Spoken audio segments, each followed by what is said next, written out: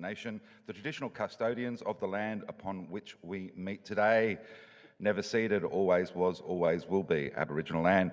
I pay my respects to the elders past and present and extend that respect to Aboriginal and Torres Strait Islander people watching today. Hello to everyone from my land, the Gadigal land up in Sydney, and Bundjalung country up in northern New South Wales, where I spend a lot of my time, or beautiful parts of the world. Hello to everyone watching online. Well, we do have a pretty big show today. Hands up if you are a startup founder here in this panel this morning. Fantastic, because I spoke to James Cameron yesterday afternoon, and everyone who was a founder here at 9 a.m. on day 2, you get 100,000, you get 100,000, you get 100,000. See me after this, we'll pay in Bitcoin. All right, on behalf of Simone Joyce, the chair of... Chair, thank you for that, for just catching up on the joke. On behalf of Simone Joyce, the chair of FinTech Australia, and of course, Rehan Delmeda, the general manager, welcome to Intersekt Day 2. We do have a packed program. We're going to talk partnerships. We're going to talk payments. We've got plenty of discussion. And let's get it underway with our first guest, because we're going to talk the evolving payments landscape, including Web3 and crypto. And before I introduce the guests, if you don't know who they are, can I suggest you Google them, because of course they are from Google. We have Travis Gallion and Will Snell and Kunal Lemier all on our panel. The moderator is Stuart Houston. So to talk evolving payments, evolution, not revolution, I'm going to hand over to Stu. Thanks. Give them a big hand. Come on, guys. Clap, cheer, stomp your feet. Come on. Has everyone had their coffee this morning? Cool. All right. So good morning, everyone. Great to be here. Today we're going to have a bit of a talk about, just stand in front of the microphone, friction in payments, and a bit of a discussion on where are we today, and across all of Google, what are we seeing out there as to where the industry and the ecosystem is going. So I want to start this story with, this session with a little bit of a story. So I have a 20-year-old son, and I've got an agreement with him. I pay his university fees if he passes his subjects each year. So last Friday this happened, actually. That time of the year came around again, time to pay his fees. He showed me his results, great results. And I went onto the university website to pay the fees. And the transaction was declined. Frustrating. I whipped out another credit card, paid the fees with that, and then we were done. I thought we were done. 10 minutes later, I get a message from my bank from the first credit card saying, suspicious transaction, your card's on hold. Do you want to approve the transaction or cancel the card? I actually didn't want either of those options. I wanted to just cancel the transaction because I'd already paid with it from someone else. So that then started an hour of playing on call centres, authenticating myself multiple times, and essentially a level of frustration that has made me think even more it's time to find another credit card provider for my primary card. So why do I tell you that story? There's a whole bunch of different friction points in that process that we are certainly seeing across all parts of Google, and I'll talk a little bit about what Google does before I get into the discussion in a moment, but a number of friction points. So why did I have to authenticate myself 3 times? As I went through that journey of suspicious transaction and then clearing it and then getting the card unblocked? Why did I have to wait 10 minutes to get the notification? Now, it could have been a bank problem, it could have been a telco problem, it could have been a poor signal problem. Me as the customer or the consumer, I don't care which one of the problems are, where the problems come from. Why did I have to wait 10 minutes? Why did it then take an hour or 45 minutes in a call centre queue before a human talked to me, and that human then had me authenticate again? All of these issues come together to create a whole set of friction points that we certainly have a fairly strong point of view on at Google around how can we help address some of these. So the discussion today is really focused on how do we think about all of the different capabilities today, where the ecosystem is going in the future, where things like blockchain, what Web3 is, and I'm going to ask the panelists in a moment how they define Web3, because as you know, there's a lot of different definitions out there.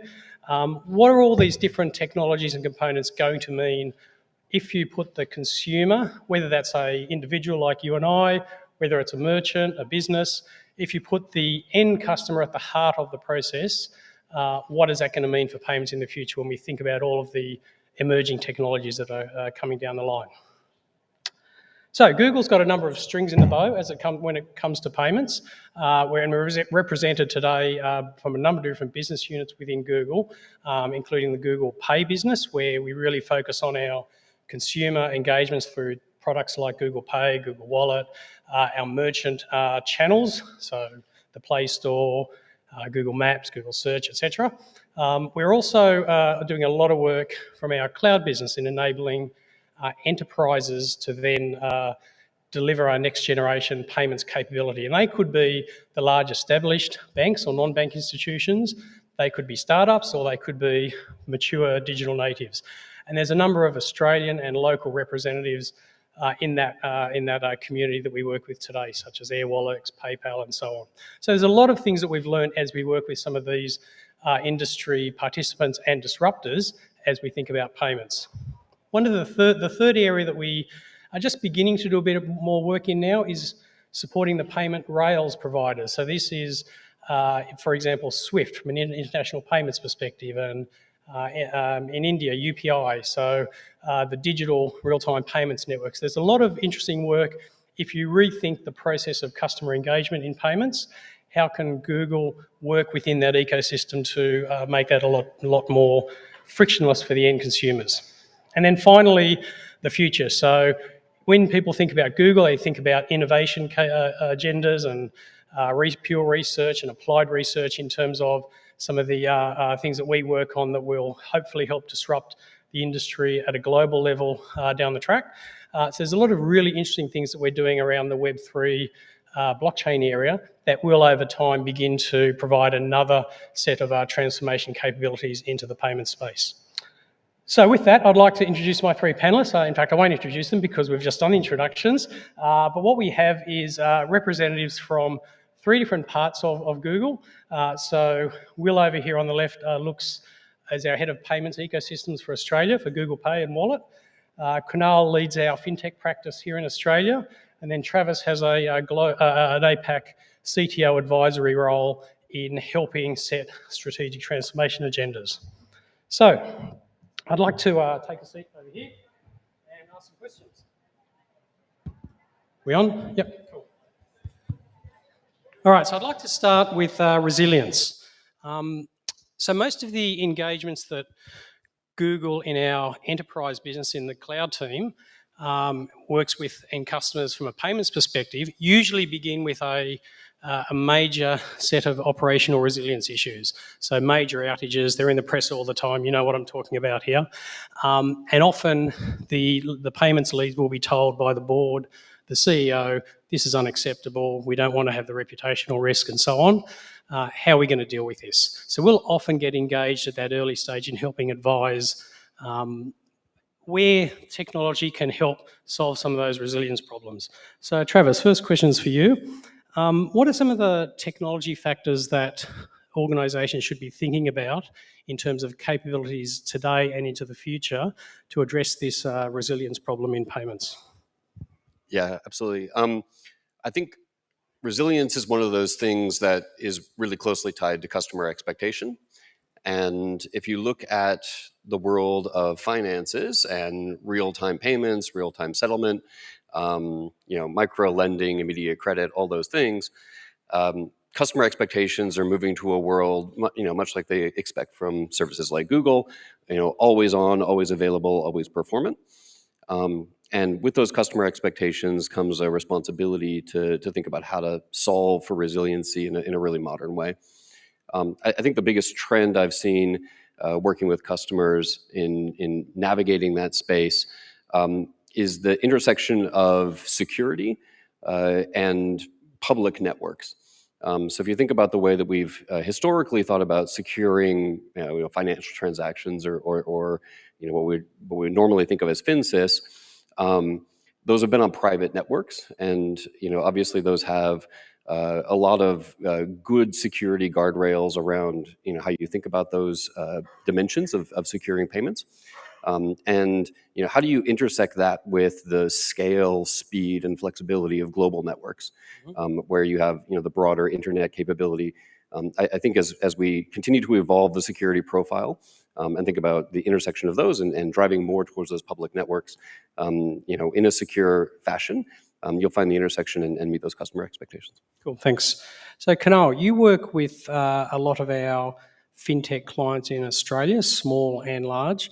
Anything from a startup or a FinTech perspective that you think is of interest in this topic of resilience when you come from that new startup point of view? Yeah, certainly. Thinking of resiliency from a customer experience point of view, what is really important is to make a differentiation between a wholesale payment and a consumer payment.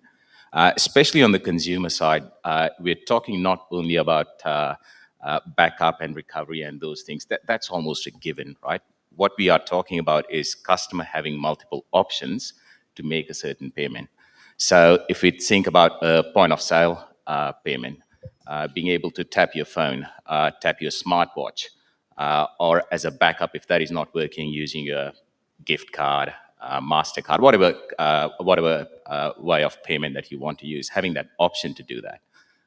Or if you're going to pay on a e-commerce website, right? That experience of single-click purchase, single-click delivery, all those models, they require some sophistication in terms of how do they access the card information in a secure way.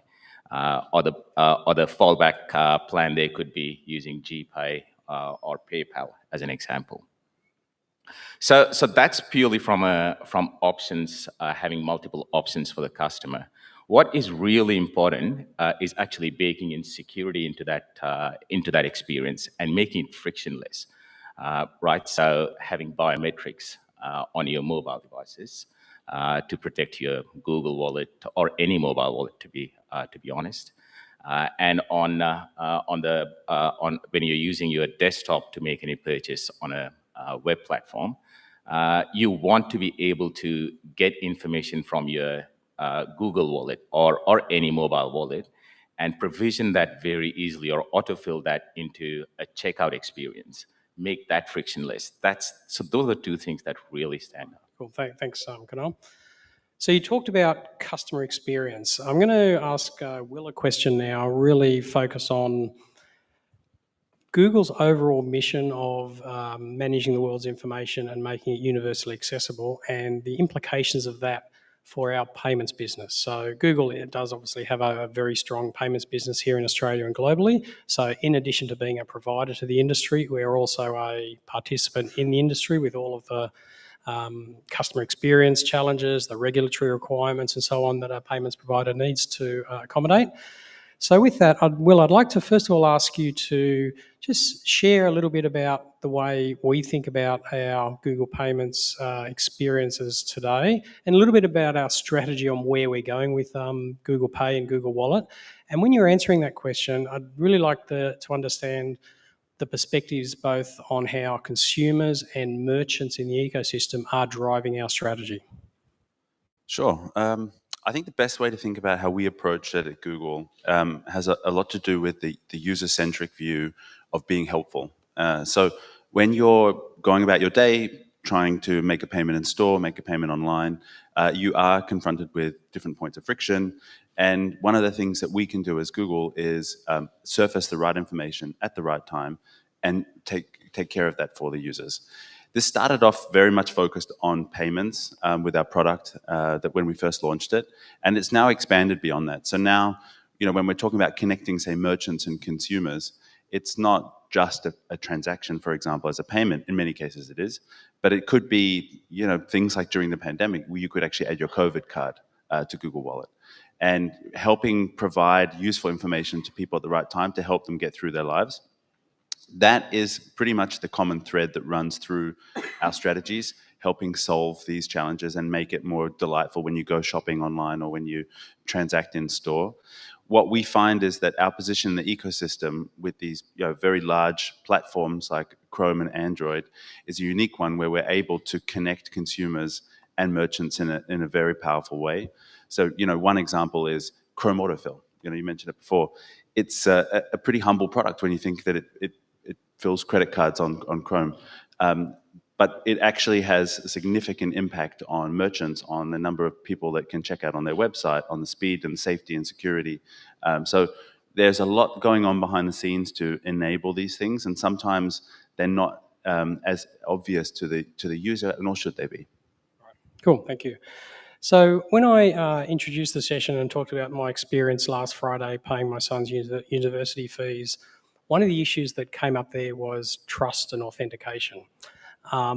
So I'd like to just ask a follow-up customer experience question for Travis now around, we hear a lot about Web3. There's a lot of different definitions of what it means today and what it will potentially look like in the future. I guess what I'm interested in just understanding is your perspectives on what does Web3 mean for the payment system? And maybe let's begin with actually a definition of how you think about Web3. Web3, my favorite topic. The most misunderstood thing, everyone has to have a trend on the misunderstood technology trend of the world. Web3 is our current one.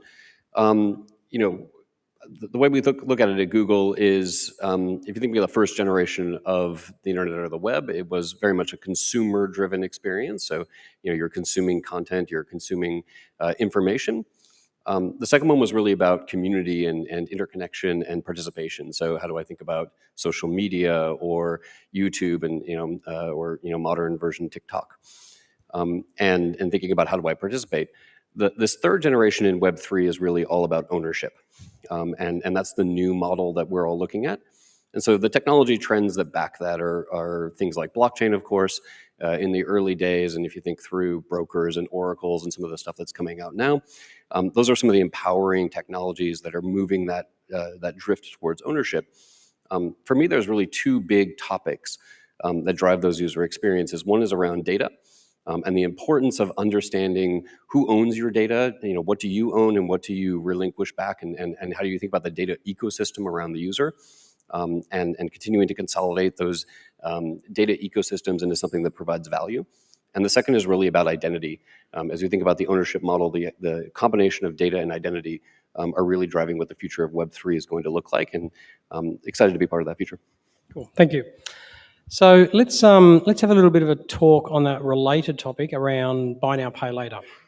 So obviously the experiment's been underway for a few years now. There's a lot of, let me just give you some statistics that I pulled together the other day. So in Australia in FY21, there was $12 billion of payments put through buy now, pay later, 5.9 million active accounts. The industry expects regulation is coming in a more stringent form in the not too distant future.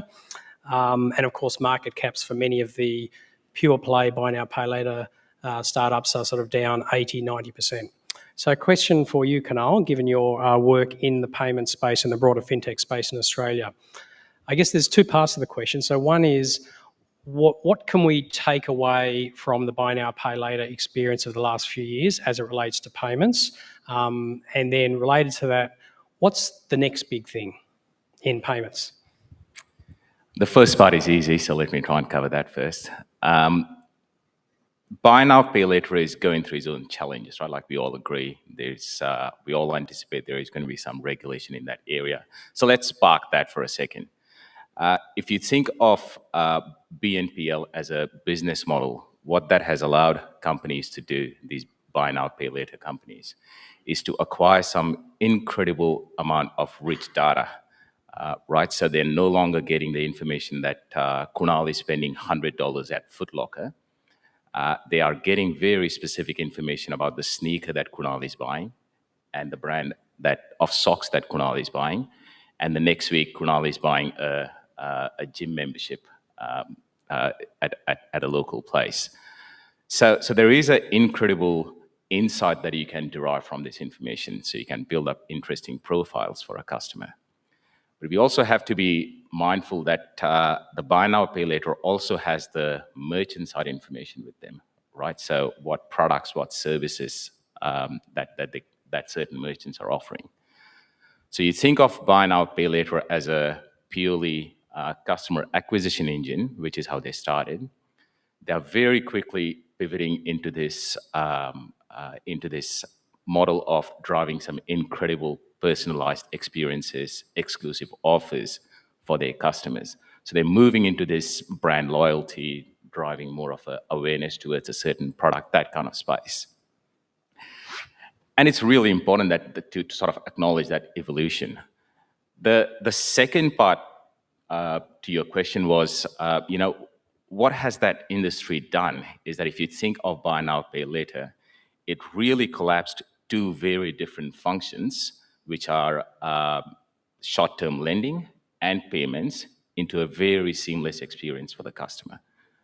Right, so in near future, you can almost anticipate some innovation in products in that area, that you don't necessarily have separate accounts for savings and a separate account for short-term lending. The banks and these companies can very easily value that customer based on the data that they have, put a value on that customer, and say that I'm happy to lend that person for a short amount of time, X amount of money. So I think that's the next evolution that we're going to see. Well, that's a novel idea, data-driven financial services.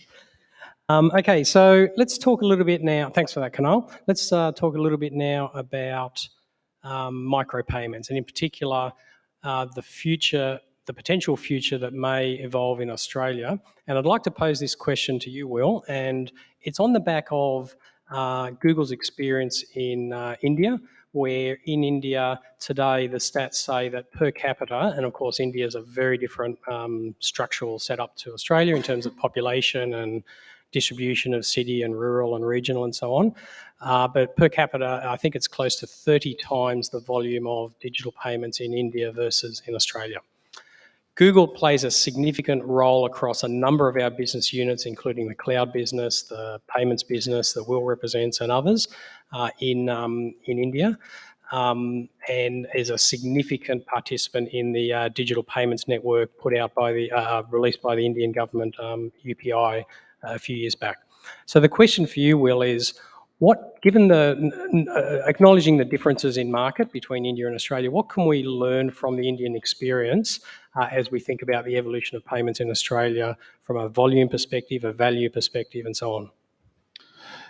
Yeah, so if we look at our experience in India, it has been very much one that has shown the power of new technology enabling significant economic change.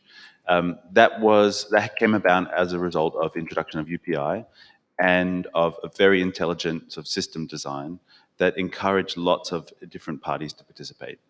One party is Google and other third-party wallets that were in the space with us.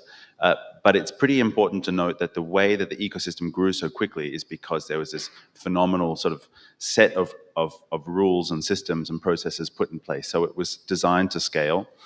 And I think if you look at the Australian context and you see what's happening with NPP and the introduction of Pay2, you do see lots of those sound design principles being carried over. And we published some white papers, which I know have been sort of informative globally to different countries as they have looked at the insights that we shared on that. One insight that I can share that I think is particularly relevant in a FinTech context is the importance of UX as it comes to adoption. Because it's one thing to have real-time payment rails, it's another thing to have an identity platform, but if users can't use the service in a frictionless manner or limiting friction, then it will not be adopted. And so when you look at, say, other markets with open banking and you see the low penetration of payment initiation, and then you look at UPI, you go, something there is happening.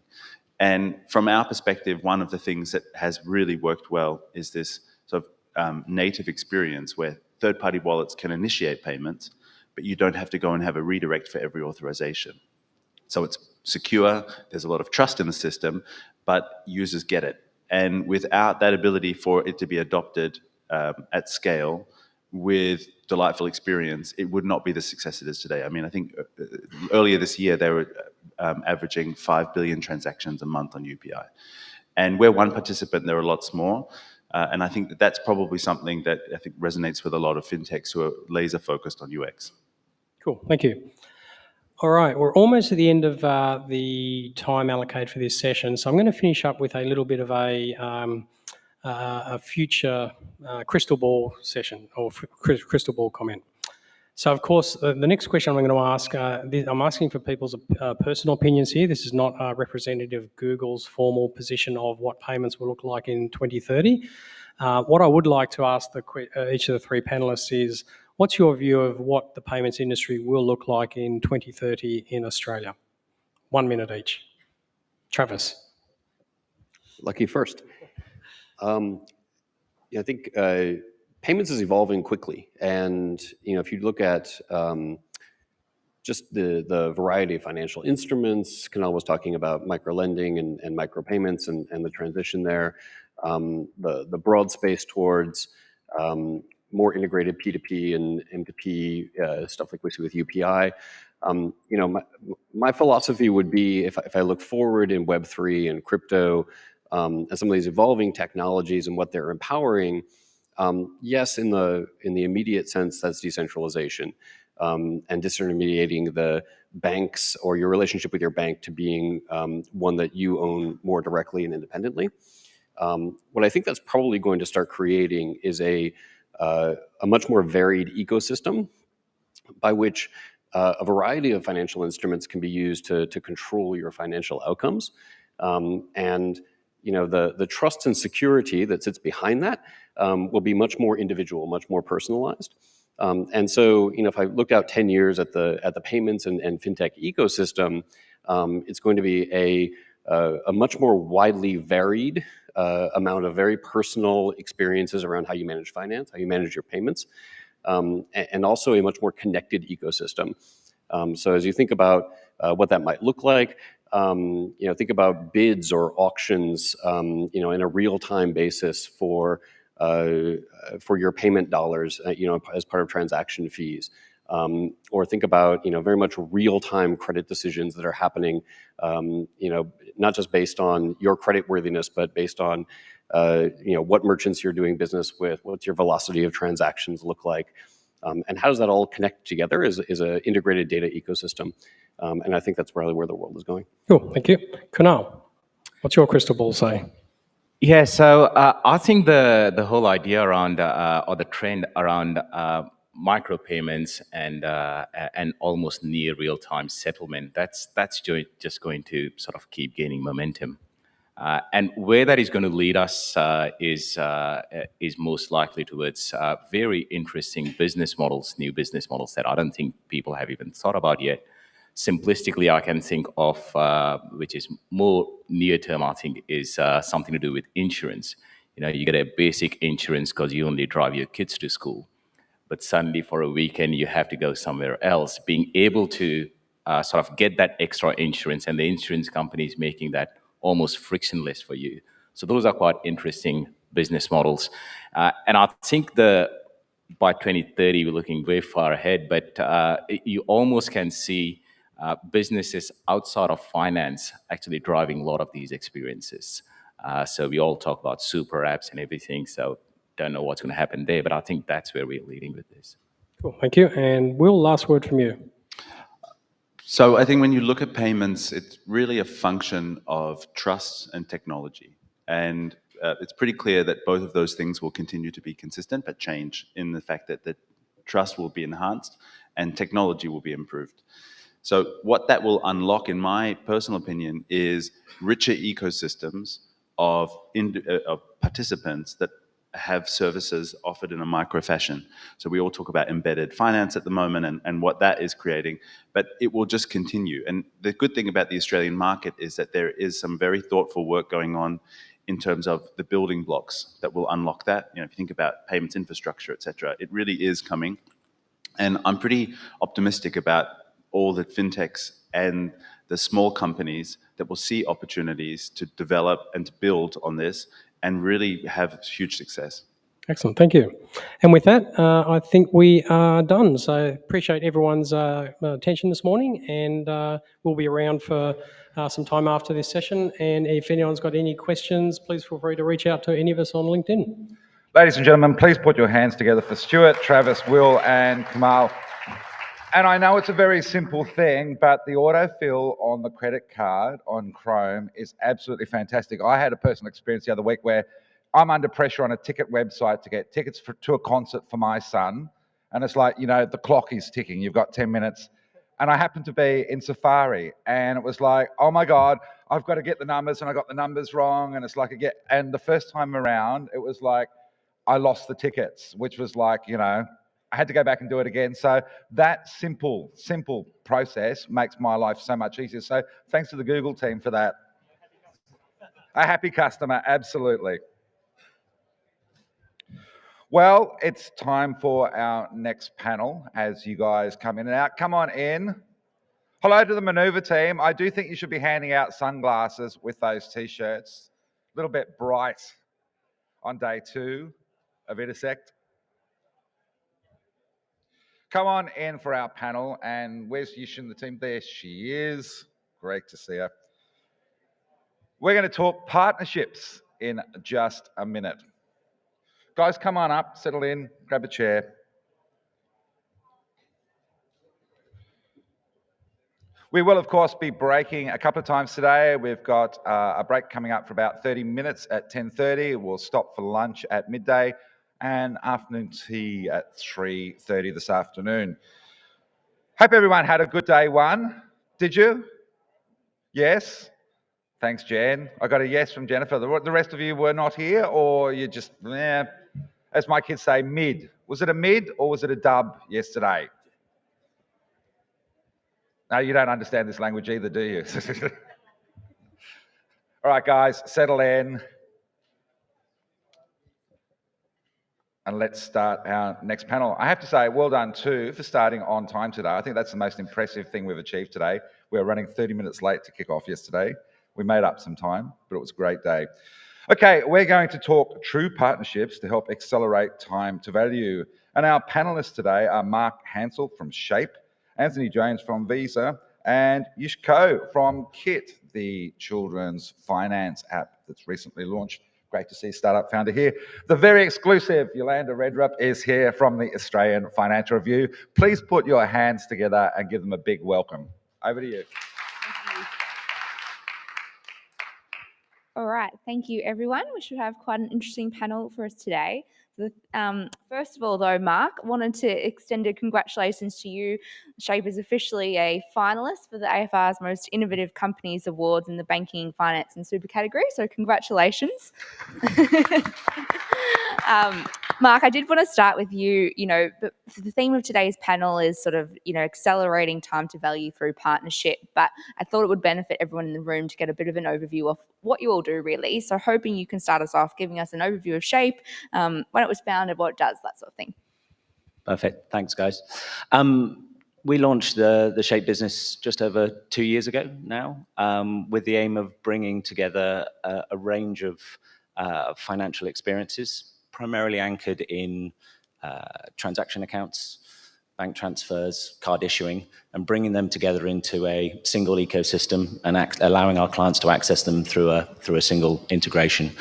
Our proposition is very much around leveraging the flexibility of our tech and our licensing capabilities to build bespoke financial products for each of our clients, while avoiding the traditional pitfalls that you have seen in market.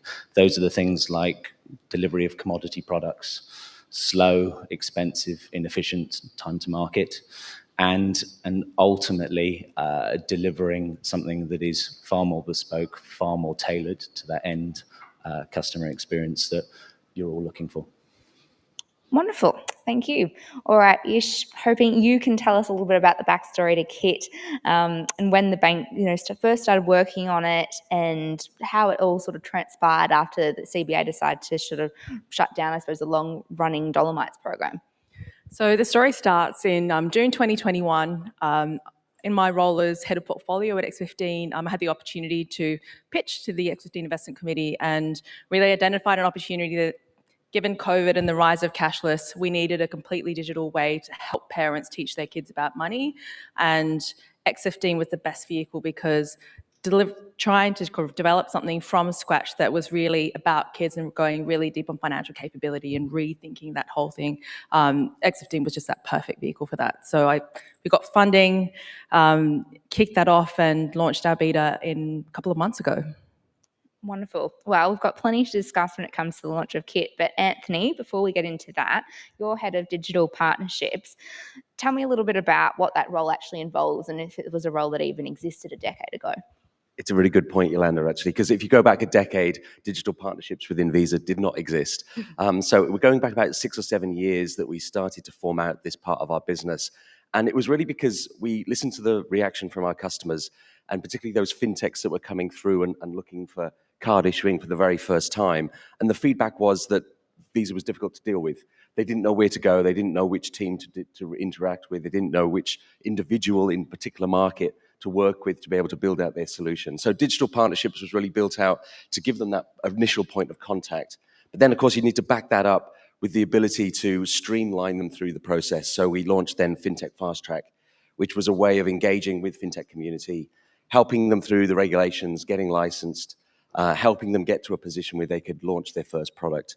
And then also helping them with commercials as well, if that was necessary. So no, digital partnerships didn't exist 10 years ago. It does very much exist today, and we've been really successful in engaging with the fintech community and getting those new propositions to market. Brilliant. Well, obviously, what we really want to learn today is just how you can make this relationship work between, a startup and also a big bank or a big organization like Visa.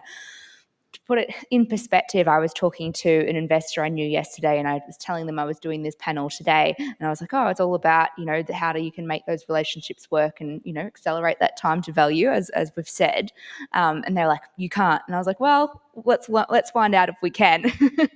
So I'm hoping, Yish, you can tell us a little bit more about, what those initial phases of reimagining what Dolomites or what was going to become Kit actually looked like, and what were the first things you did after getting the mandate to start bringing the foundations of Kit to life? So we went into a flurry of activity, as you might imagine, very excited, but I think similar to any startup, you've got to start with the customer.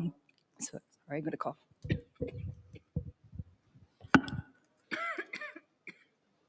We can come back to you if you'd like. Are you good? No, I'm too keen. Okay. Try and not cough again. Start with the customer like you typically do. So we went out and spoke. We did qual and quant research. We did prototyping, testing, market scanning, literature research, all that good stuff. But I also knew that given creating a product for kids, and it's not the same where you have one customer. When you have a kid of 8 years old versus a kid at 13 years old, the way they interact with digital services, the way their brain works is totally different. So I knew we needed some real expertise there. So pulled together an advisory panel, people with expertise with children and families, digital services, youth mental health and wellbeing, artificial intelligence, to really help give us some of those initial big steers. And then I went really hard on financial capability. So you might be surprised, but the federal government released a financial capability framework in February of this year for adults. There is nothing for kids to actually say, at this age, what should kids actually know what to do? So we engaged EY to develop a framework for us, and that's helping us guide some of our content and the features in the app. And we also engage some behavioural scientists to talk about, if we want to help, for example, kids to set and achieve goals, what are the things that we need to do? So, for example, things like visualization of goals are scientifically proven to help them do those things. And then the foundational stuff about making it all happen. So underlying tech, thinking about, learning by doing is really important, which is why we have a financial product as part of Kit. So we were looking at what are the licensing options, what are the technology partners that we might want to look at, so starting conversations around that and recruiting a team. We were all kept important. busy. Very good. So at what point did you sort of decide to go down the path of looking at a banking as a service provider rather than obviously trying to utilise sort of CBA's own sort of tech stack? Yeah, when we went into this, and one of the reasons why we used X15 was that because we're creating a product that is for such a specific segment, what we really wanted to prioritize was speed to market, to be able to get feedback from customers as quickly as possible, to then iterate on the product and make it as amazing as possible for customers. What we didn't want to do was spend a lot of time just kind of getting the foundations, the foundational banking stuff set up. So we actually did the comparison of what it might take to, use the banking service of CBA, but which works really well at scale. You then actually have to go through prioritization to get work done. And then we looked at a couple of different vendors, and one of the things that Shape really impressed us with was, here's a solution. It's pretty much end-to-end APIs, integrate with us really quickly. Hey, do you want to go in our sandbox? So within, I think, September, we're like, is this actually legit or not? Here's the sandbox. Let's go in it. Yeah, it looks pretty. There's actually, it's legit. You might be surprised other vendors say they do that, and the real product is different. So we were actually able to validate and did lots of DD to actually realize this is real. They know what they're talking about, and actually, it's done in such a way that we can integrate with them really quickly. Mark, prior to engaging with X15 and CBA on this one, had you had many sort of these kinds of relationships with the big banks before? And did you have any sort of preconceived notions of what a partnership with X15 or a big bank would look like going in? Yeah, I mean, I've spent a large part of my career at the top end of town, which means I have my own ideas of how big banks work, both good and bad. But I remember when we first started talking X15 and the Kit guys, there were probably 3 areas of nervousness. The first one was, can these guys actually deliver on the timelines that they're talking about? No surprises. They were very, very aggressive. The second one was, ultimately, outside that kind of product design and product delivery, what are the hoops that we're going to have to jump through in addition to that core proposition? Procurement, security testing, compliance audits, bits and pieces like that. And then the last one was, what actually was the relationship between Kit and Shape? Is it a vendor relationship, or is it a partnership? And the simple answer is, first one, yes, these guys move quick. Brilliant. Second one, plenty. So many questions, so many clarifications, so many audits, so many bits and pieces. And I think it's fair to say we didn't see half the paperwork, which I'm massively grateful for. The third point, though, is for me the most important, and is the anchor for what we've been able to deliver in terms of quality and speed. If you look at a traditional vendor model, ultimately, when two companies come together, it is not always happiness and light. Things don't go to plan. Things go wrong. We learn things. Gaps are identified. And if you stick with that vendor model, what there is a tendency of happening is all those problems are picked up by the customer, dumped on the vendor, and said, "That's your problem. Go away and fix it." There's a few nods just in the audience, so a few battle scars, obviously. The difference between that and the partnership that I felt that we've built with Kit, X15, and Shape is on that partnership side. And for me, it is fine when things are going well. It doesn't make a massive difference. But when things go wrong, that's the power of partnership. And it is sitting down and having open, honest, and sometimes very, very tough conversations around what the issue is and what's causing it, but then having another open and honest conversation around how we're going to fix it. It is not sitting there pointing fingers going, well, that's your problem, let's walk away. And without that true power of that partnership, we wouldn't have been able to deliver in 5 months. And I think the quality of the product would have been nowhere near where you guys got to. So I know the topic today was partnerships. For me, that was the core tenet of the success that the Kit product has delivered. I'm going to go off script slightly here and add on a follow-on to that. Did you have any plan in place for if something wasn't going well about how you would manage that within the partnership? And were there any sort of examples where you did have to sort of, draw back on your original agreement around this is a true partnership? Yeah, for me, it was a conversation that we had early on conceptually, but the challenge with conceptual conversations is that in the real world, things change very, very quickly. I was massively grateful from owning the delivery team from the Shape side of the team, the level of access that Kit gave us to their team. It just wasn't their delivery manager; it was the whole team. So when things did go wrong, it was getting everyone together and said being prepared to have an open and honest conversation. In some cases, it was things are taking longer to be delivered, but actually in a lot of cases there were positive experiences. We've learned something new, and we need to change direction. And it's that iterative process that, for me, increases that speed to market, but ultimately delivers a better quality product at the end. Plenty more to dig into there. But Anthony, I'm interested as to how and when Visa came into the conversation and what your sort of involvement was in the process. Yeah, it's a good one. So we've had a very long-standing relationship with Commonwealth Bank, obviously, and they issue many thousands of our cards. So there was a relationship there that's been in place for quite some time. On top of that, of course, CBA is the largest merchant acquirer in the country too. So leveraging our network on a regular basis is something that CBA does on a regular basis. So there was long relationship that was well in depth from that perspective. And then, of course, we've been partners with Shape for now 3 years plus, and been working with them on many FinTech opportunities. And so this was the latest one from that perspective. To be honest, the heavy lifting is mostly done by X15 and the team at Shape, but our underlying infrastructure is what powers it at the end of the day. So we feel we've got a foundational role, but I'll be really honest, the heavy lifting, all the hard work was delivered by Yish's team and by Mark's team. Great. Yish, after signing the agreement with Shape in November last year, from our discussion, you said it only took a couple of months, really. I think it was 5 months to actually launch Kit in its beta version in May, which is pretty impressive.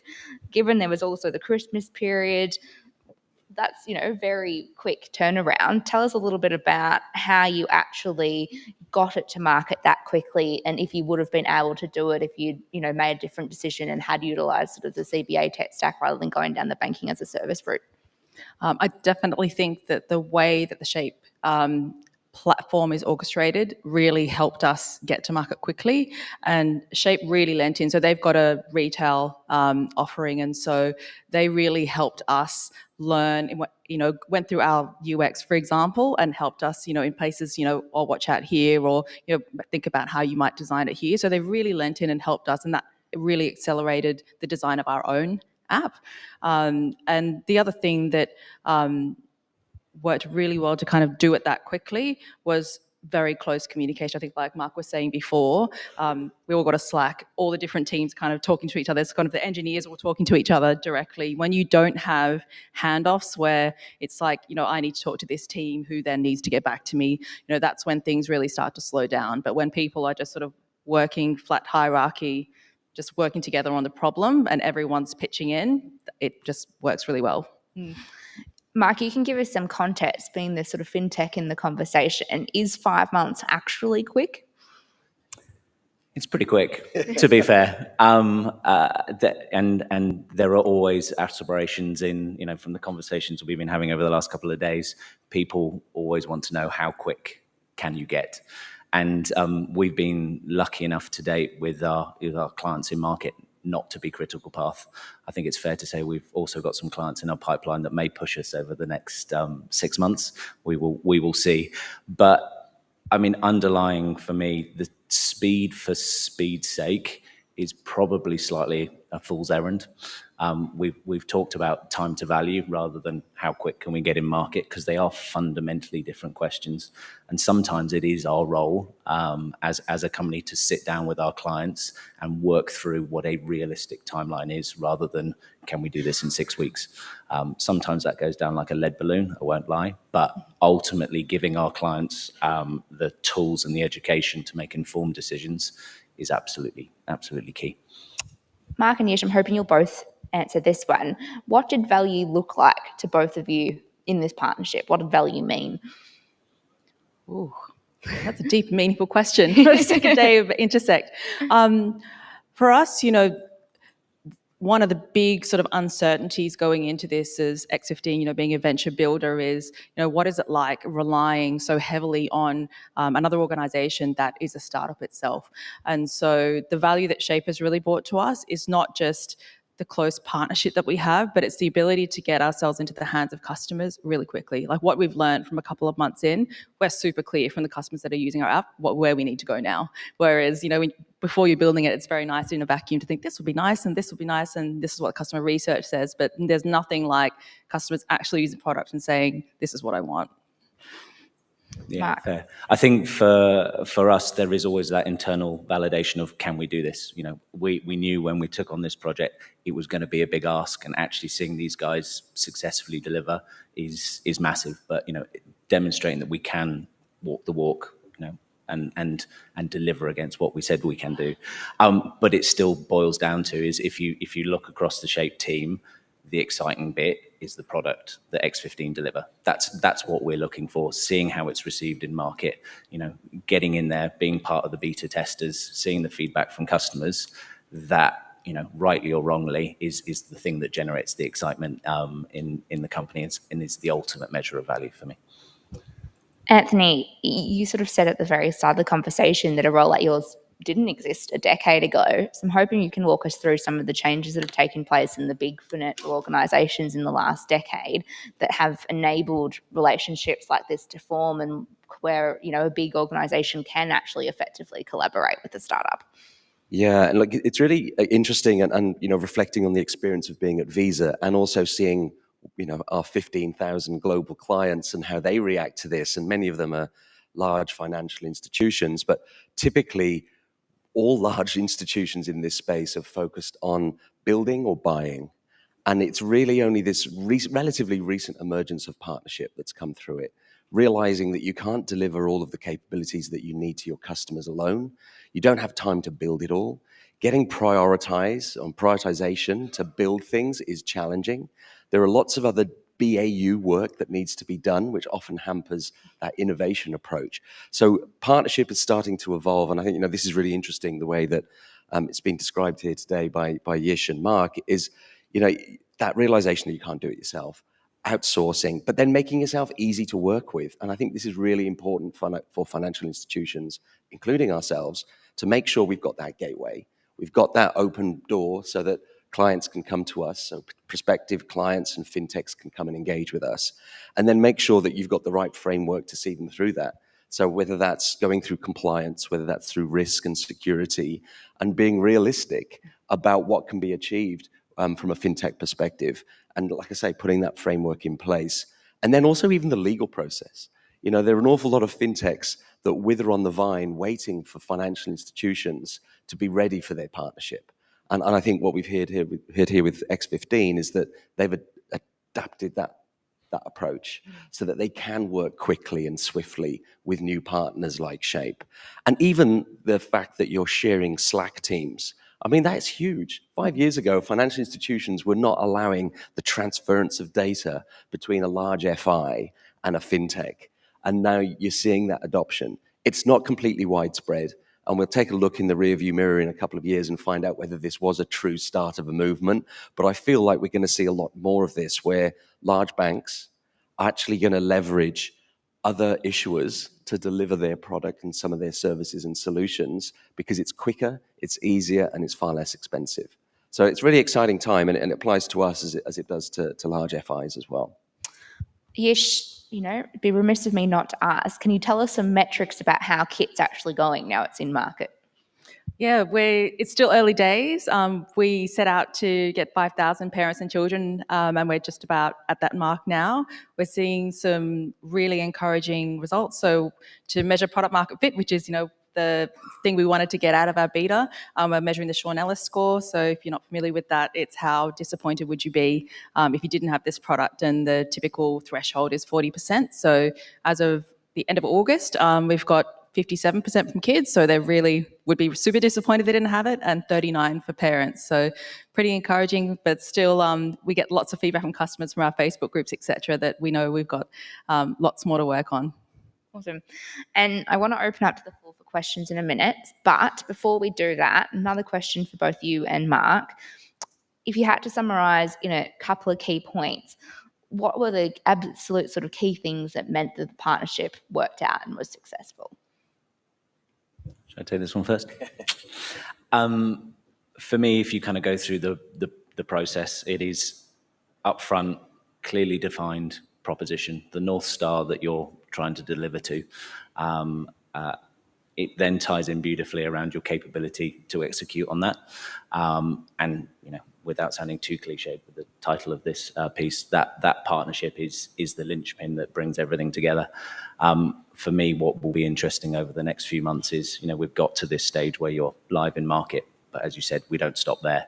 It is what is that roadmap and that iteration of capabilities being released on a monthly basis or quarterly basis that takes a great product to something world class. Yeah, and for me, so one is shared vision and alignment, and you could definitely feel, sometimes when you're in vendor discussions that, they're trying to sell you something, and you've got your own vision. But we really felt, even from the very first meeting, that kind of excitement from both sides. So I think that shared vision is important. The second one is just the capability. So there's a huge depth of expertise, particularly in the Shape team around, not just the technology, but also from a risk perspective and licensing. That meant that it was really easy to kind of converse with them without them needing to kind of consult other teams or things to get expertise. And then the third thing I would say is just really great communication cadences. So being really open and being really sort of responsive to each other as things arise, and being, when things come up, and being able to raise that and say, actually, this is not quite the way that we thought it would work, and let's just talk through it. Well, any audience questions for our panelists? It's always the one up the back.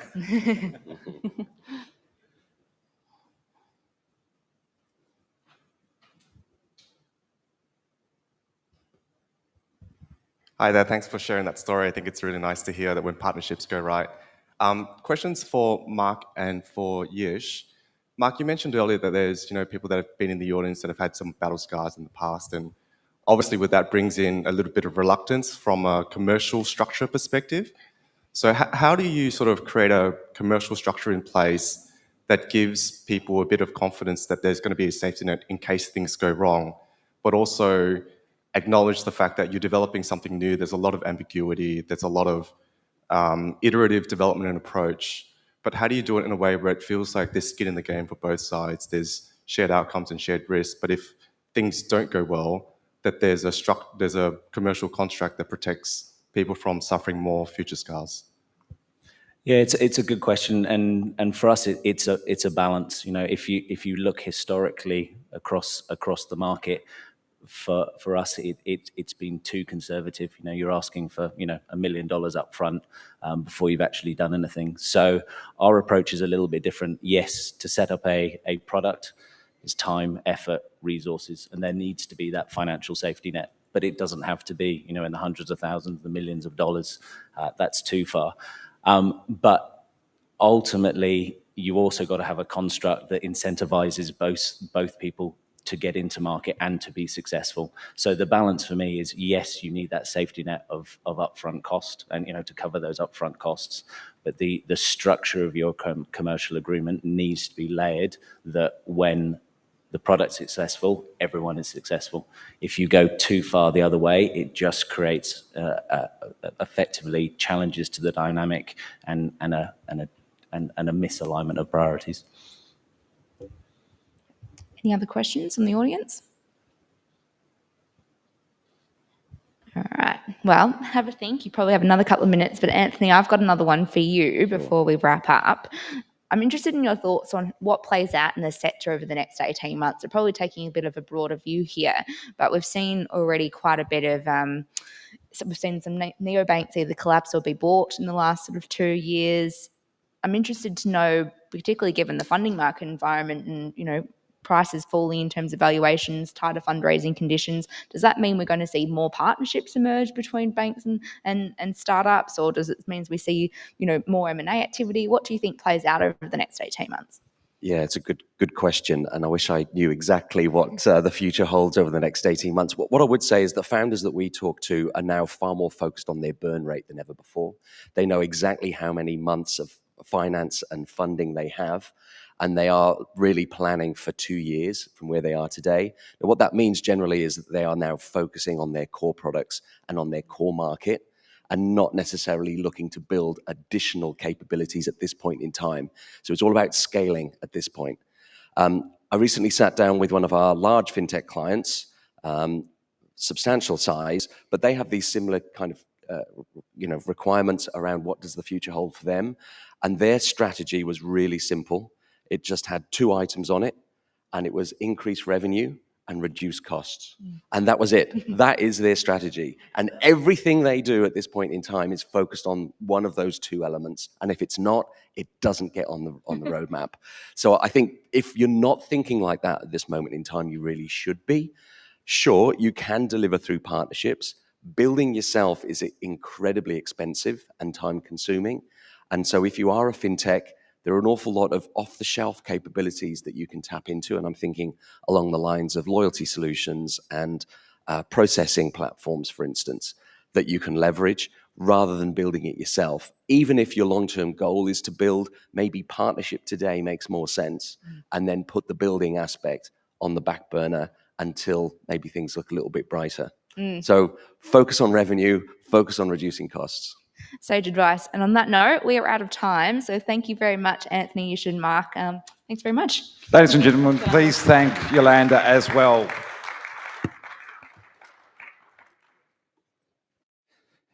Increase revenue and reduce costs. That's a great innovation for the startup sector.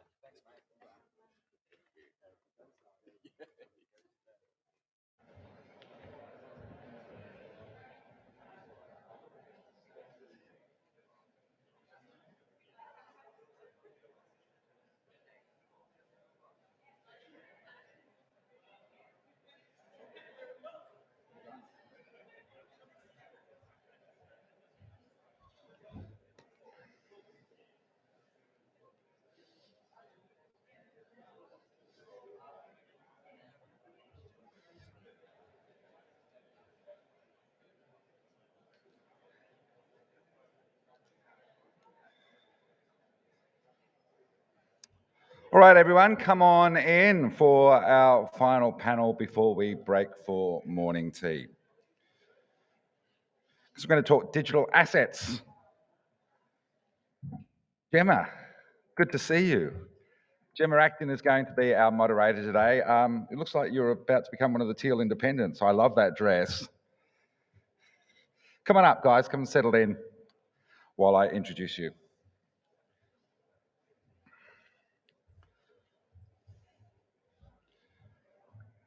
How's everyone's morning so far? Are the people who are just coming in now just got out of bed after last night's night clubbing? Or have you just come straight from the club to here? Bit of both. If we haven't met before, my name is Simon Thompson. I'm the editor of startupdaily.net. Delighted to be hosting here again in the Savoy Room as part of Intersekt on day 2. We're going to get into the digital assets space, and it has been a pretty big week for Ethereum. Maybe we'll talk about a little bit of that during this panel, we'll see. But we are going to talk about the future of retail investing and the emergence of super apps. Of course, with one of Australia's fastest growing fintechs, SwiftX. It is an extraordinary story. In just 4 years, it has overtaken a host of established exchanges to become the country's 2nd largest digital asset exchange. So we've got a brilliant journalist and business person as well in Gemma Acton from Seven, and of course, former AusBiz host as well, to interview Angus Goldman and Alex Harper from SwiftX. Guys, over to you. Gem, have fun. Put your hands together. Come on, clap and a cheer. Thank you so much for joining us today. Thank you very much for the introductions as well. It saves time from me having to do it, which means we can talk more about the merger, which I'm sure everyone really wants to hear more about. One of the biggest ones, not just in the fintech landscape in Australia this year, but more broadly speaking in the financial services sector as well. So I will hear straight from the horse's mouth 2 of the people who know more about the merger than anybody in the entire world. We'll get some questions from that. Now, as mentioned, we have both co-founders here taking on slightly different roles now at the company. Chief Solutions Architect Angus Goldman and co-CEO Alex Harper here. And let's dive straight in. So the merger that was alluded to earlier between SwiftX, the cryptocurrency platform which offers more than 300 currencies, 600,000 odd customers, and that's before the merger, which has now gone through. So Superhero, the low-cost trading platform, bringing with it around 200,000 customers. We're going to hear about why that was the right move and why that's a superior offering in this marketplace today. But let's take a step back before all of that. Let me start with you, Angus. Why did you found SwiftX in the first place? I think it's 4 years ago now. Yeah, thanks, Gemma.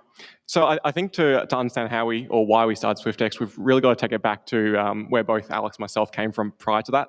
So I'd been coding since grade 6 in school. I always loved robotics and tearing things apart and whatever else, and just always had that tech focus. Fast forward many years, did some robotics and mechatronics in uni, but then also started getting interested in cryptocurrency. And this was, I think, late 2013. And so I was playing around, funnily enough, with Dogecoin back then. It's still around today, so that's a good sign for it, I guess.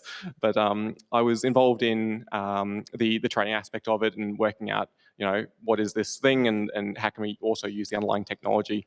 And a couple of years later as well, Alex looked to diversify his investments, and he was like, "Oh, Angus knows about cryptocurrency," and so I was the helping hand there to get started on the journey. And I guess over to your start. Yeah. Hey, everyone. I just got to do the obligatory I don't have COVID, even though I sound like I do. And so I hope we're all having a great conference and, all got full bellies from the breakfast this morning. I know I got scammed by the old, the buffet's $15 cheaper if you order it now instead of tomorrow. So they always get you with that one. But that's the best part about coming and traveling around is the hotel buffet breakfast. But so that's a little bit about me. I love breakfasts. In terms of my background, I've been building businesses since I was 10 years old. I started selling fruit juice on the loose at the local markets, and then from there, I started an IT support business. I taught myself to code. Angus and I met in 2012 down in Sydney at like a programming boot camp, which was really awesome.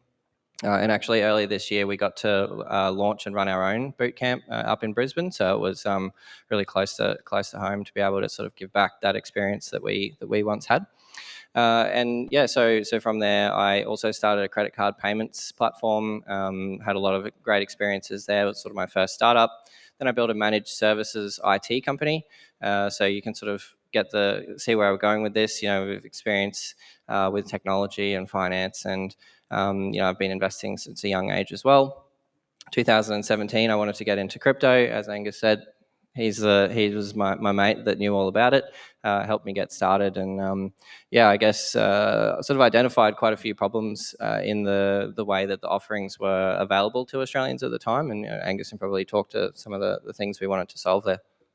Yeah, so one of the biggest things I guess we noticed right off the bat was when Alex had placed his first trade, I think it might have been, and we realized that the price that Alex has paid was not at all ever the price that this asset ever hit.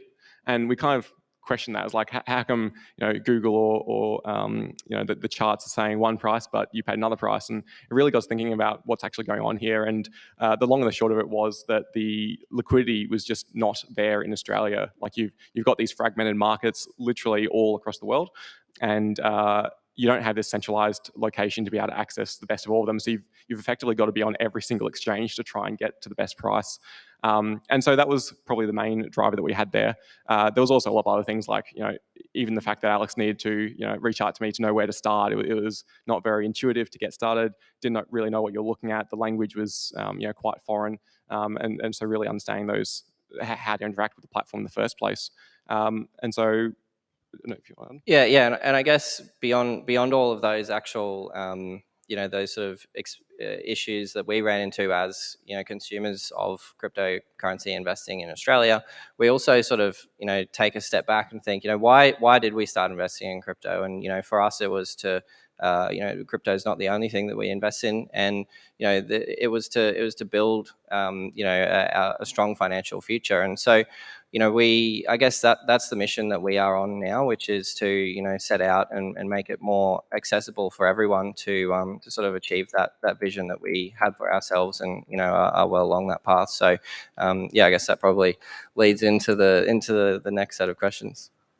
So you both started in primary school, basically, doing what you're doing. Don't let that put anybody else in the room off who maybe didn't start back then. Let's talk about some of the difficulties that you would have faced along the way. No startup business has a completely smooth ride. Angus, let me start with you and ask, what are some of the hurdles you've faced and surmounted, or not? I'll have to try and pick just a couple then out of all of them. I think the two biggest areas for us, one was around money. You need money to be able to do stuff. And the second thing was also not realizing that as a founder, particularly in a bootstrapped company, which doesn't have that funding to get it going, you've got to do everything, and literally everything. And I guess I'm glad to say that there was two of us at least, so we only had 50 hats each rather than half of everything. Yeah, exactly. And so being able to, I guess, learn a lot of different aspects of the business to be able to understand, okay, well, what are we facing from I don't know, anti-money laundering, like just even learning about that, being able to build out the tech that's going to get us to a place where we can support 600,000 or 800,000 customers all wanting to trade at the same time. Moving back to the bootstrapped aspect, so not starting with funding means that you have to essentially be revenue first, otherwise it's not going to last very long.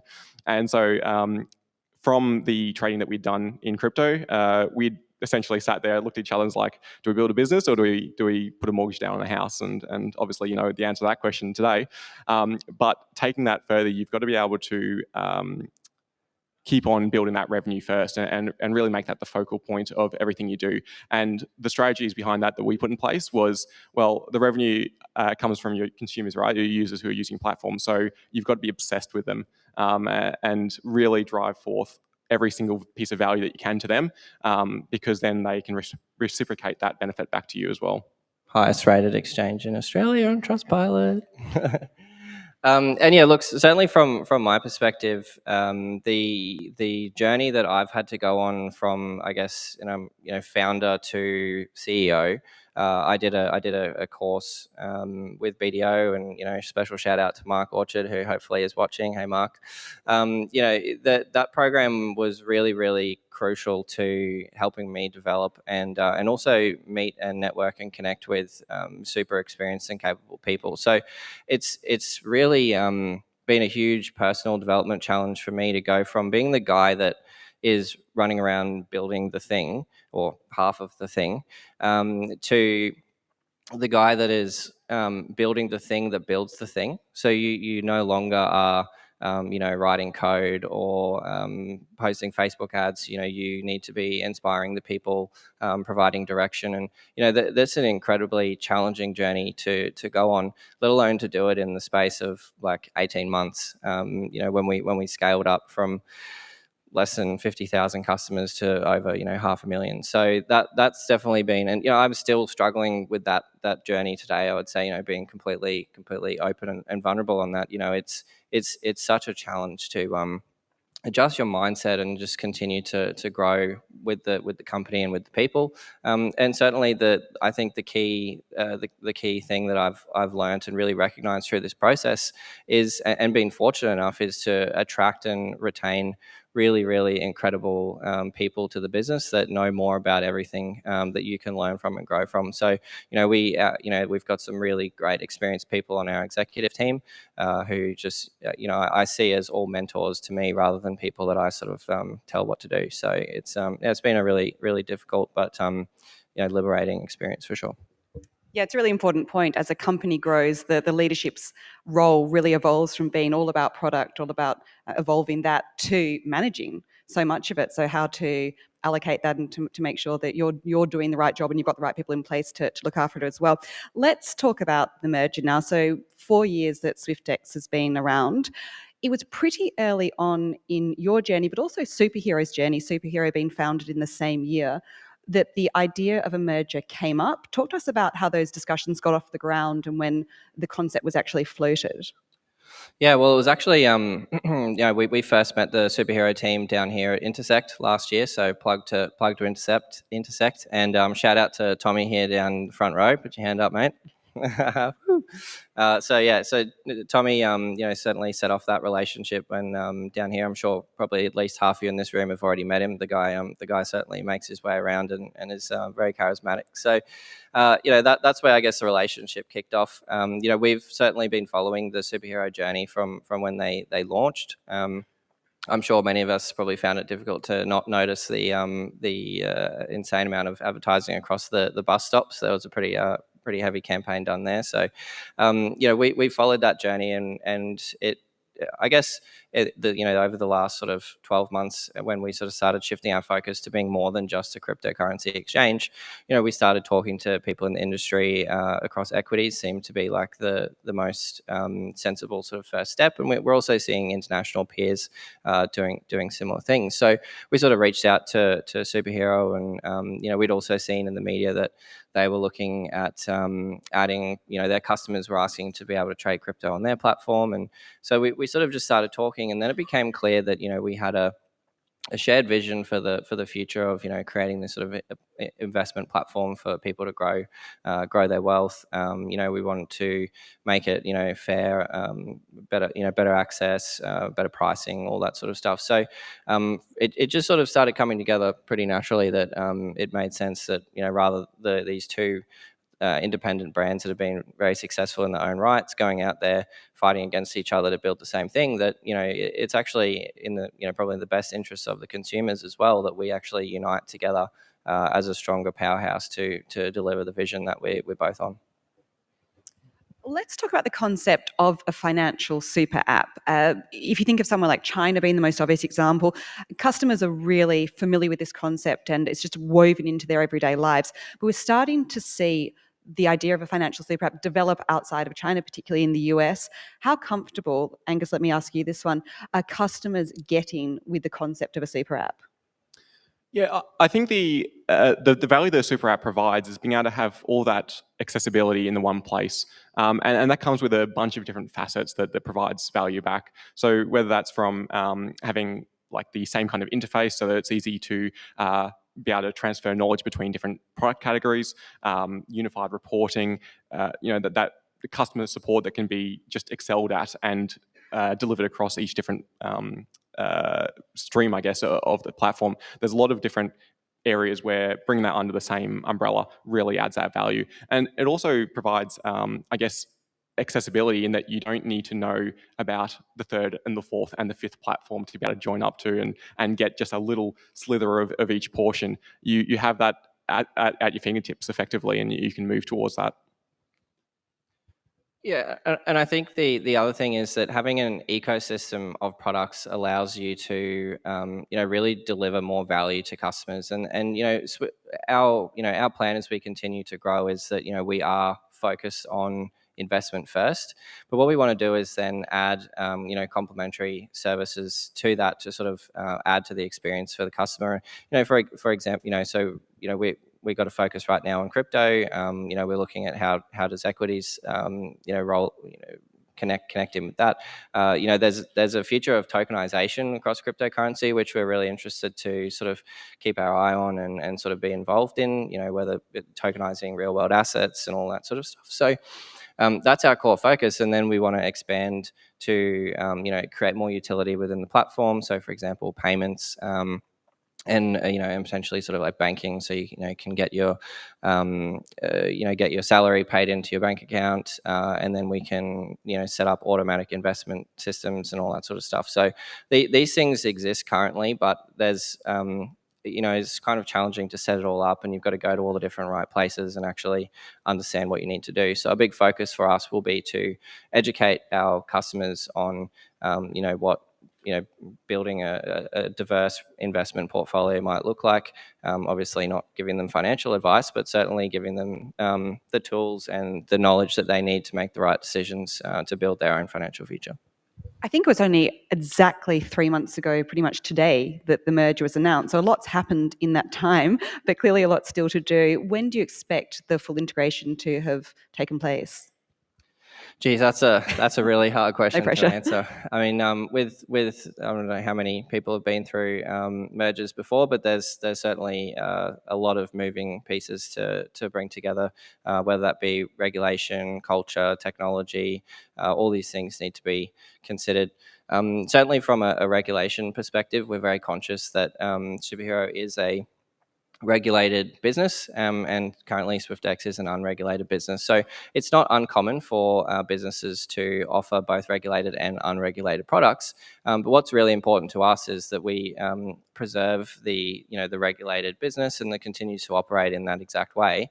And one of the strategic things that really drove this connection between SwiftX and Superhero was the complementary teams that we have. So obviously, Superhero has this immense experience across operating, in regulated environments, and on the other hand, SwiftX has invested very heavily in its people. So we have dedicated legal team, dedicated security team, dedicated IT team, people and culture team. So there's a lot of complements between our two different teams, and this is really, really important as cryptocurrency progresses, and we continue the conversation with policymakers and regulators, that our business is equipped with, that regulatory experience internally. So it's been a key, a key consideration as part of the strategy of bringing these businesses together. And already we're seeing, really great value from our teams talking to each other, learning from each other, and growing. And certainly, we've got the whole Superhero team are equities and traditional financial have a deep experience in traditional finance, and we have a deep experience in crypto. So let's bring those two deep understandings together to be at the forefront of innovation and providing what's going to be the best experience and safest experience for our Australian customers. That's really interesting from the point of view of tech and the associated services that come with it. I'd love to hear from both of you a little bit about integrating cultures. That's often comes up as a huge topic for any merger, but particularly when you founded your own company, you had a vision for what SwiftX would look like, what it would feel like, the kind of company you wanted to be, the values you'd have. How's it going? Like, how is it going merging that? Yeah, I'd say one of the other elements that just made sense to merging SwiftX and Superhero together is that there was already so much alignment on that front. From the founder's perspective, achieving that investment platform that allows people to be able to define their own financial futures. From the cultural aspect of building these awesome products out and really trying to or just having that obsessiveness for the customer and what can we do to make their lives easier, better, all the rest of that kind of stuff. So. The integration of culture is less about a challenge and more about just a business as usual task almost. Going forward. Yeah, and I think all of the what is it? Culture eats processed sandwich for lunch, I think is a quote that sort of flies around. I don't know how famous it is, and who's heard that one before? Yeah, a couple of people. There you go. It's famous. And so for us, that's been a really important part of our journey, is really focusing on culture. So we hired a head of people and culture when we only had 20 staff, which is like unheard of. We invested very heavily in our value of fun, which really brings our teams together. And actually, we every year we have an infamous end of financial year party. Maybe ask Tommy about how those go later on. But they're a really great opportunity for us to bring our team together. And this year, the timing worked really well. So we were able to actually fly nearly, I think, 60-70% of the Superhero team up to Brisbane and celebrate together end of financial year, which was James Bond themed. So a few very embarrassing puns that I had to give in my speech. But it was really great to see the teams come together straight away. So I think what we're already seeing is the importance of not trying to just sort of ram these things together, but look for organic and natural ways where the efficiencies will just appear and people will come together. So. A James Bond party does sound quite bull market, and the climate in recent months, another rate rise. We've had 2.25% rate rises since May alone, a souring of market sentiment more generally, inflation, a very different environment to when the merger first was discussed. How has that changed things? Yeah, so obviously the market has changed recently, but it's also worth knowing that both companies were founded in literal bottom of the previous bear market, like relative to crypto anyway. And so this kind of environment is not something that's new for us. It's literally what we've been born out of. And the learnings that we've already have under our belt to get through that time, to become revenue positive, to be able to expand and grow, we just get to put them back into action again. It's not lost knowledge, it's reusing that stuff. Yeah. Yeah, and I think we like Angus said, we have been generating revenue as a business, positive for I think even like 6 months after we launched. So we well, I guess when we initially sort of were talking about the merger, I think on the horizon we could see that this sort of started, that this was the direction things were going. So to us, it also made sense strategically that during these sort of times is the best time to be building and delivering more value to your customers. And so, that seemed like a really important piece of the strategy here to sort of bring these businesses together, look for efficiencies, and then over time see how we can then deliver more value to our customers. So I think that was not so much the markets we are in. We certainly hired very aggressively for an ambition that we had in a different market that existed, and we did unfortunately have to say goodbye to some of our team members last month, but there's lessons that we've taken from that, and certainly we need to make the prudent financial decisions to ensure long-term viability for our businesses. So it's been a difficult time for everyone, but I'm very confident that in the years ahead there'll be a strong recovery. Yeah, I think also like the really important thing is still building. So not taking these markets as meaning of don't do anything, everything's dead in the water, not worth continuing on. That's completely the opposite approach that we're taking. So trying to build out these products, get ready for the move in the market, the shift, the inflow back into it, and making sure that we're there at the forefront, ready for that. Let's talk about the future. We talked about the past, talked about the present. Looking out, the digital asset space is evolving so quickly, and with so many different actors. It's a global space. Regulators have a huge input, or will, going forward. How do you see it evolving, and how is the model you'll be going into the future with the right one? Yeah, so in much the same way that I guess SwiftX positioned itself to be, the broker in the situation, to be able to enable that access into, eventually a suite of products along those lines. I think that cryptocurrency will do the same thing. So it'll become the backbone, like the infrastructure that everything else is built on top of, and you can kind of already see that in things like the internet, where not many people really know fundamentally how the internet works, but they do know you can open up your browser, see cat memes or whatever else you're gonna watch, and you don't need to understand the underlying component of it. And so building that interface layer on top so that people can interact with it, they can access it, is really where we're seeing the future of crypto, as well as what SwiftX can bring to the party as well. Yeah, I guess on that note, I sat on the very first panel I ever did when we set out on this journey to build a crypto exchange in 2018. I got asked, what is my favorite coin? What's my favorite project? And I said USDT or stable coins, right? And I basically had sandwiches and drinks thrown at me because it's the antichrist of crypto. It's this centralized model, but ultimately what it is a incredibly practical application of blockchain technology. And so I certainly think that centralized bank digital currencies will be an important part of our future.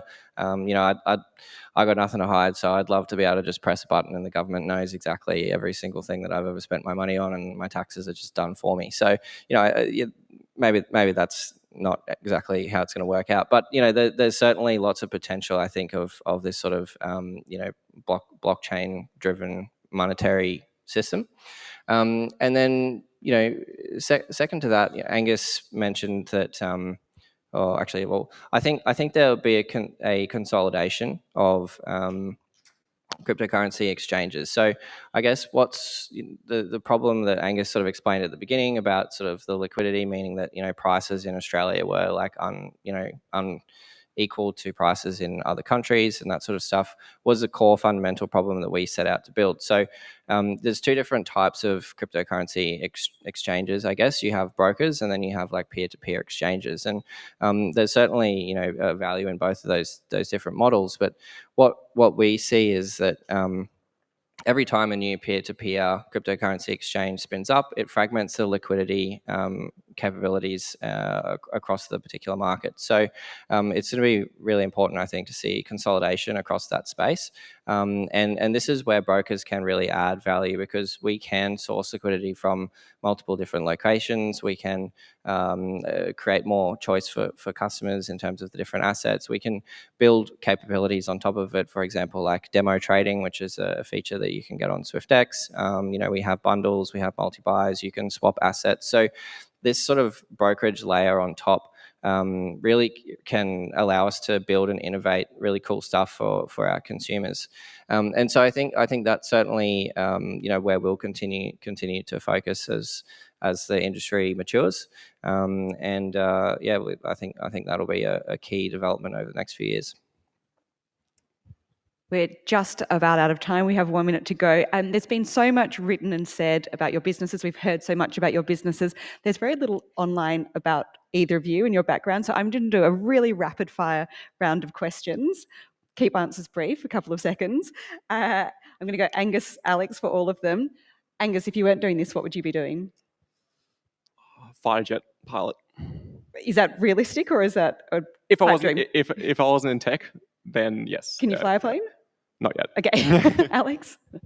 I would be the complete opposite, and I'd be living sustainably on a piece of land, growing my own carrots, and herding sheep. So yeah, it was one or the other. It was either like go to the rainforest or build a tech company. So it's quite incredible that you two ever found each other.